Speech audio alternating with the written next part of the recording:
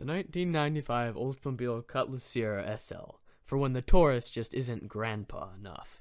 Oldsmobile, it's rusty as heck now. Oldsmobile, it's got a tape deck now. When you think of Oldsmobile, the first thing you think of is old. It's in the name. Oldsmobile, mostly referring to the people who drive the cars. Old people. This is a grandpa car. If I were to go on Craigslist right now and search Oldsmobile, you'd probably get a variety of results, most of which are 2002, 2003, the last years of Oldsmobile. The roundish bodies. Oh, so round! The Aleros. Look, guys, I bought a sports car. The Auras. However, you'll never see really a mid-90s model Oldsmobile. There might be an older 80s one or a really older beat-up 60s one, but there'll never be a mid-90s one.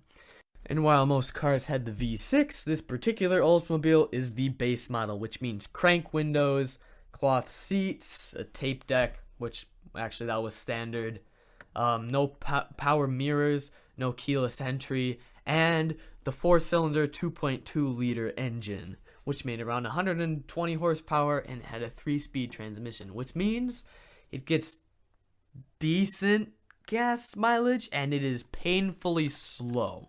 So what's it like to drive one of these? Well, it's kinda sucks.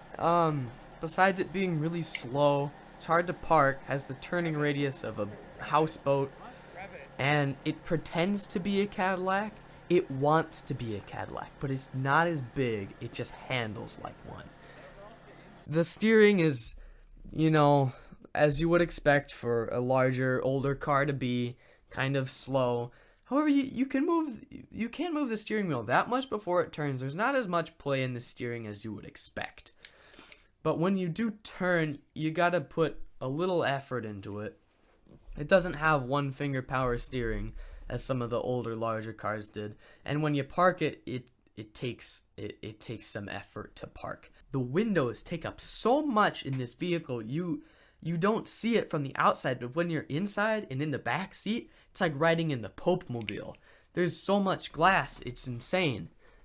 90% of the car is also metal, which means it rusts a lot. The owner has spray painted Rust-Oleum and Flex Seal over the bottom panels, because they've just rusted so much that he didn't want to deal with it. So he just spray painted them over, and it does look a little better than it was, but it's too much rust to deal with this car. It's just, there's so much metal. Even the things that hold the wiper blades are metal. The mirrors are metal. One of the mirrors on this car has torn the siding off the garage. He pulled in too close to the side of the garage, and it pulled the siding right off. The rest of this car is also very, very durable.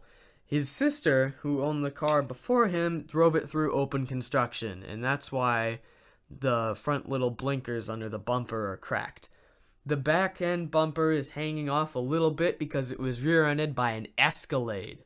An Escalade! The Escalade had to be towed from the accident.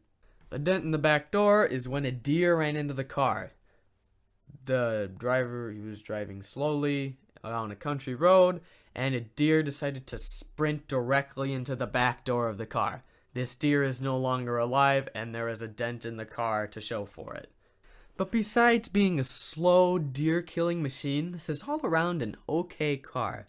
It rides nice, it's pretty smooth, and if you don't have the money for a Cadillac, this would be a pretty decent car.